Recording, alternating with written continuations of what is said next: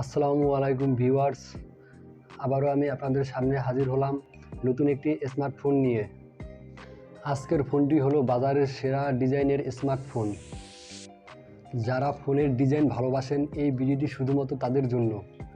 ফোনটির ব্যাক সাইডটি দেখতে খুবই চমৎকার একটি ডিজাইন। এই ধরনের ডিজাইন হয়তো আপনি অন্য কোনো ফোনে দেখেননি। স্মার্টফোনটির প্রাইস জানতে আমাদের এই ভিডিওটি সম্পূর্ণ দেখুন।